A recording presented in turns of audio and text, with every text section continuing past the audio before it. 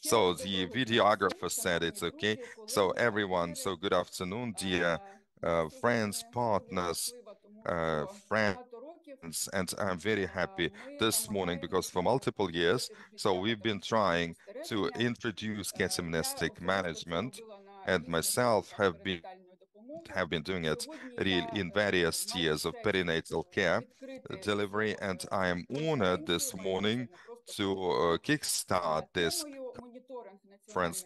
It is not just a webinar with the topic of NHSU monitoring, and here was I just would like to let you know about the general conclusions and about some challenges.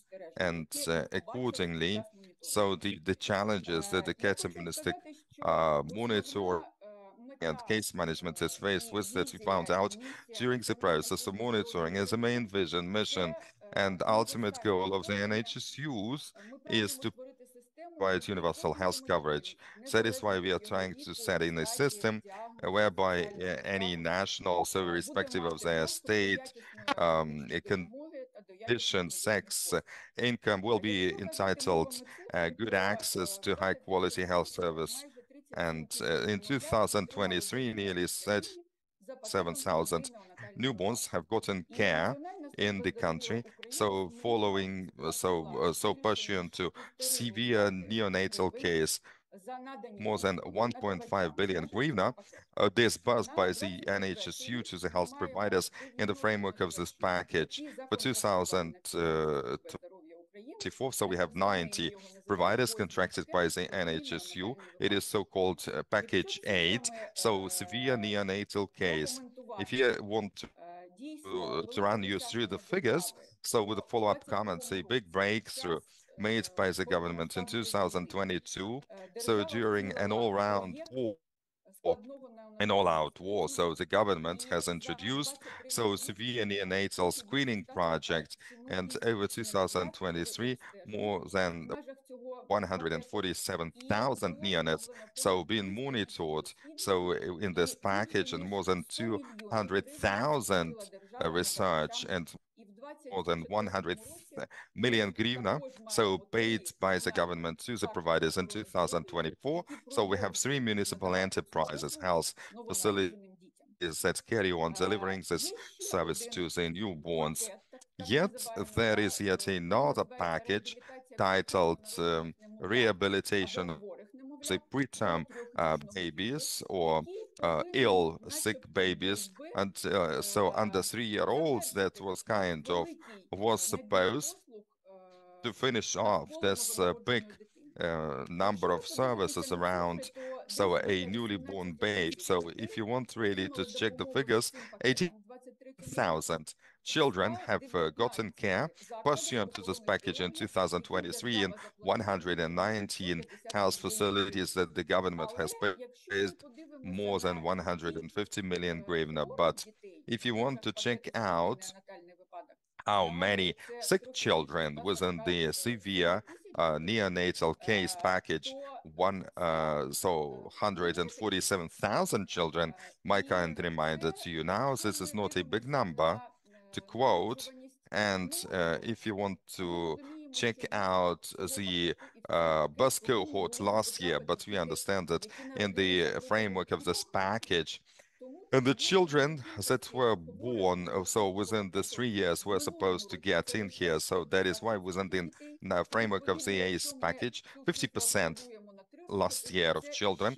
And if you want to extrapolate it for the 3 years on, so it will be a smaller number. That is why the concern shared by the HSU is actually the small number of children that get into rehabilitation in the framework of this package, and 131 health facilities for 2024 already been contracted by the NHSU.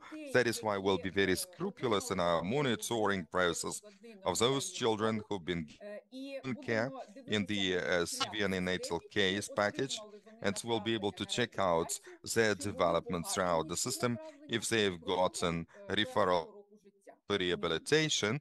And so to close out those referrals in the very first 12 months since birth at the end of last year. So the health ministerial regulation, the cabinet of ministers regulation being amended that regulated the monitoring to be performed by the NHSU.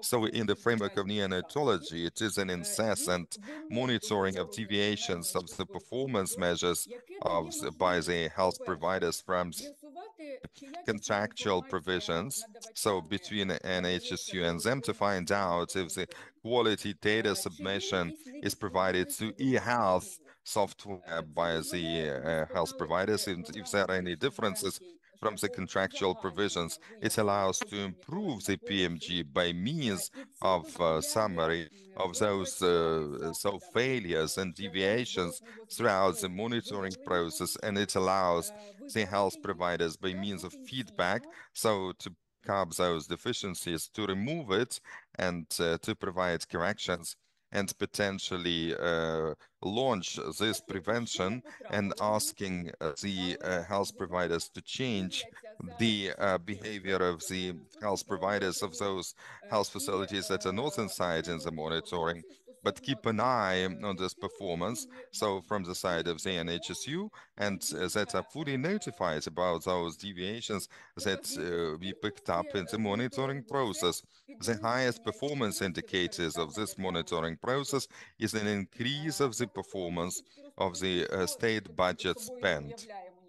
My quick statement to you, what is this monitoring all about? So first of all, so types of monitoring, automatic monitoring is the evaluation of data uploaded in the e-health, and partially it is performed by the system nearly every day based on the approved algorithms, and it takes the system without any human impact, so shall undergo into assessment of absolutely all electronic medical records throughout the whole board of all the health facilities, health providers.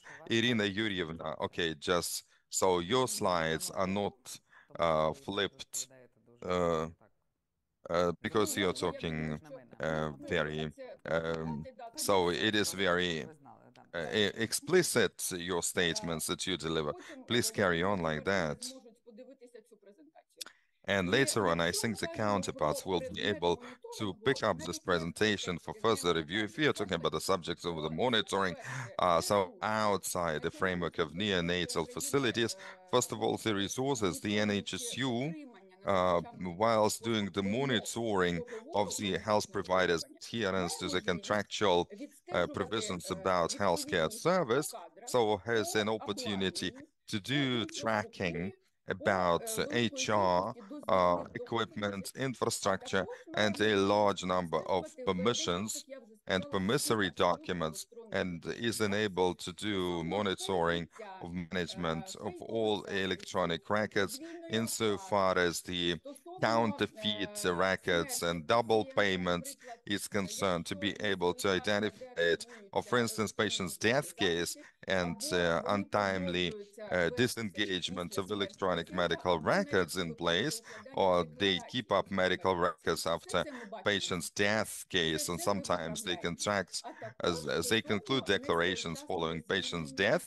We managed to correct it all, and also untimely dismissal of the clinicians. It is a fraud in the system as well, and it is regarded as a violation of the contractual provision about health, public health service delivery. Why is it possible? Because the main instrument of the monitoring is the electronic data, as you understand.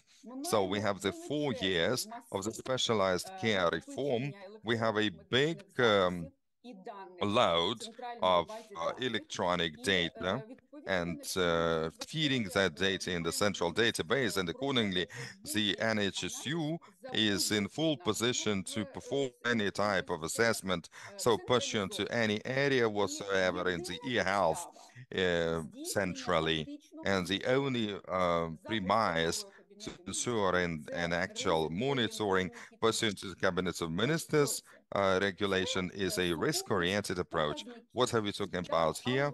This is an entirety of the indicators and the algorithms of their calculations that are approved and instigated by the NHSU bylaws that allows in the framework of the monitoring to identify risks of possible contractual violations by the health providers. I will later on show to you how it happens in the health. It is very fun to find that out, but feel free to see, and later on you will be able to see later on that we take the risk-based indicators, and later on inside the system we rate the health facilities, so talking about how many of these indicators, and it takes the system itself to identify those health facilities who have a surplus of such risks in place and such risky indicators, and puts a rating of the health facilities to us in so parallel to the scoring that they achieve based on the risk-oriented system. And based on the scoring, we find out which health facilities get into actual monitoring, and it might be a scheduled one as a documentary monitoring. It might be scheduled monitoring as monitoring visits to be performed as if the situation gets out of hand and the health facility ends up having highest scoring based on the, and might be a for cause monitoring and not scheduled if something has occurred. And in the framework, the NHS will identify the electronic records that is the surplus of any possible risk, and thus a health facility will get into a for-cause monitoring, so that is not scheduled. And I will stop over here. So, for instance, last year, so the monitoring process of 9 health facilities for childbirth and neonatology. So we also divided these violations and deviations according to those specifications slash requirements applicable for the equipment that you have in accordance with this package. And hopefully all neonatologists are well made familiar with the severe neonatal case package. And if you're talking about authenticity or validity about information submission within the framework of the requirements. So, for instance, false coding of diagnosis and counseling, and let alone diagnoses submitted by the clinicians and the health, and we tracked it down on the paper-based in the raw documents in the medical file, and a big number of the health facilities that have been exposed to the monitoring. So we found a lot of medical records about kind of treated children. So in inverted commas, in the framework of the package severe neonatal case that underwent treatment not higher than 5 to 7 days, that were diagnosed in the framework of this package, but they were not tested in the laboratory setting on no instrumental testing in accordance with those diagnoses.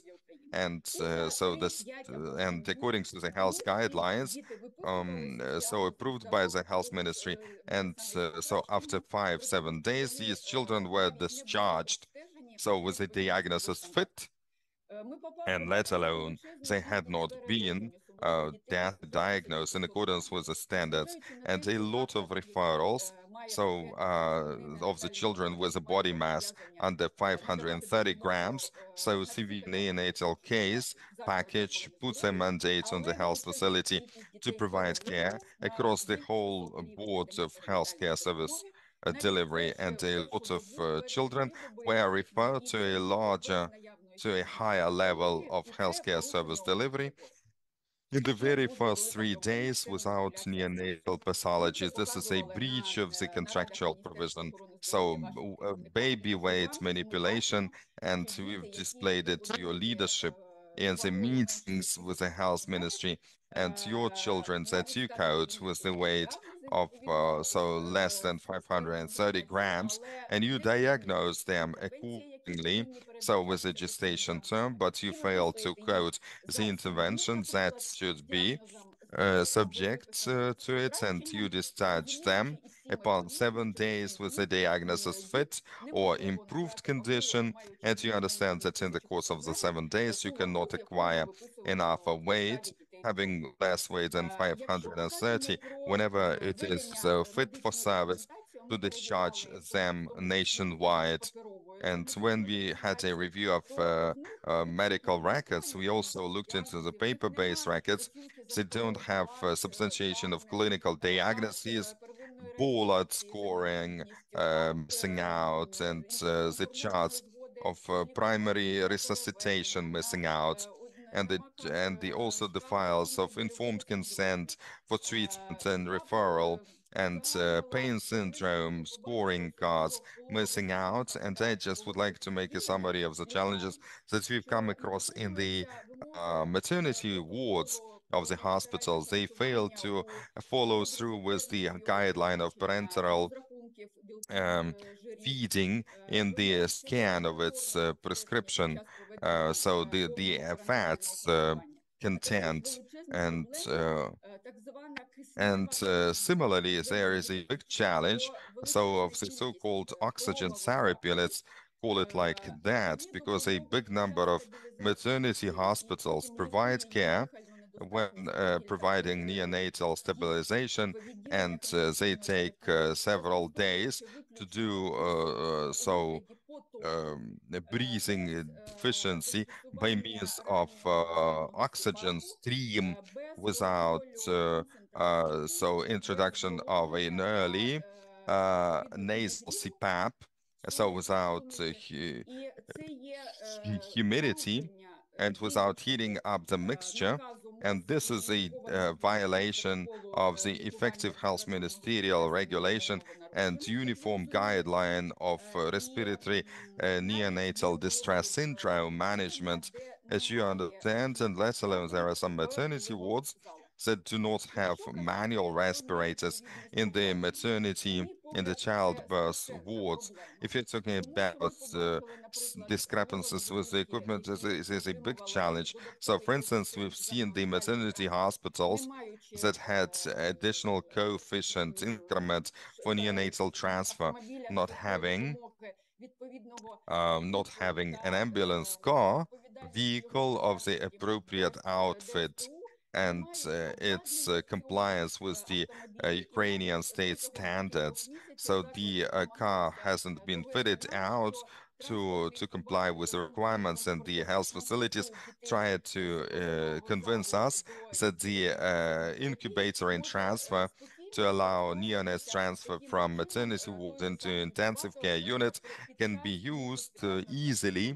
So the same incubator. So when doing inter-hospital neonate transfers, the maternity hospitals and the maternity wards do not have high frequency pulmonary ventilation devices installed, let alone having the options of these ventilations. So in the device of regular ventilation, but as we found out, they fail to make use of this type of ventilation and trying to supply to us some very weird contours that they kind of do this ventilation, and they don't have this artificial lung ventilation. They don't have gas analyzation and amplitude integrated electroencephalographic equipment. So that is why we had to recalculate the payments for the delivered service. And also in the maternity hospital there is a problem, so with the around the clock access to laboratory testing, and especially X-ray tests. And last but not least, Natalia Borisovna has said all the maternity hospitals almost and maternity wards have a problem with the availability of a ketamine unit or office installed or deployed. So either it is available in the house facilities or it is not available even on paper. In legitimate records, it is out. Why it happened like that? Because this service is not delivered to the children who demand it, and so a few problems ensue from it. So first of all, the need for the neonatal package but the care is provided after discharge from neonatal units and within the framework of the neonatal package with disburse payment. So the neonatal professional community, following communication with the leadership of the health facilities, and they don't relate to neonatology in Ukraine. As I can see, miscommunication on the way here, that your leadership, unfortunately, don't get this message of the importance and the subject matter of the service. So for the children that you would like to provide care to, and the service must be in accordance with those legislation approved in Ukraine in 2011/12. So must concentrate in the health facilities that provide tertiary level of perinatal care. And in 2019, we ended up contracting so a score of health facility so that's related to the second level of perinatal care, so severe case neonatal care, and those are maternity wards. And also from one hand, we don't have an appropriate regulation of the procedure, if you like, of the catamonistic management monitoring. We don't have the interface procedure between neonatal care and catamonistic care, and catamonistic care don't have interface with the rehabilitation health providers and socially providers.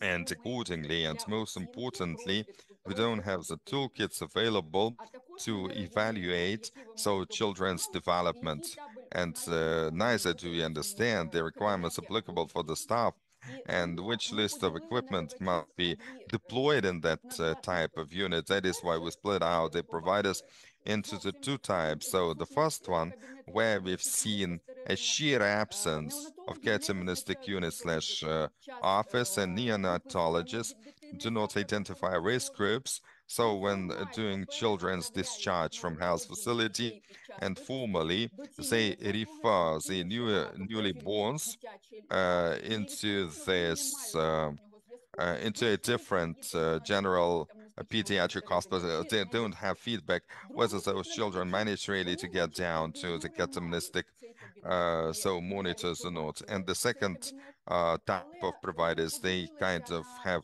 legitimately on paper this unit, and we have seen this ward or office, and when we've seen those services delivered, it is a replacement of the GP related services, a mixture of the primary healthcare service and so former polyclinics. That's a big number of neurologists, neuropathologists well around those children that do not do monitoring, and they prescribe a lot of drugs that are not evidence-based, and also they refer the child to early intervention link, and in the pipeline of the NHSU and that of the um, health ministry, so is to perform training of physiotherapy, psychologist, nurse, and the clinicians to let them know what it is catamonistic monitoring.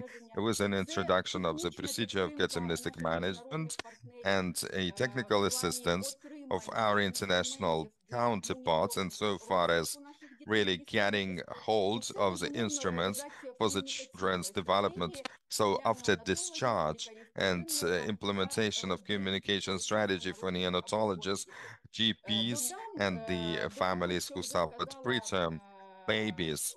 And my quick additional comment to the presidential ombudsman here, that at the end of 2023, so except those documents already identify the health ministry adopted the regulation, so the early development of children and its detection and timely referral into early interventions, and 2118 Health Ministerial Regulation validated methods of psychological diagnostics first time. So we have the instruments introduced about the evaluation of the development of the children, and so Bailey score introduced in this ministerial regulation. So we have a lot of work to do and ways for improvement, because it seems to me that catamnestic is our shared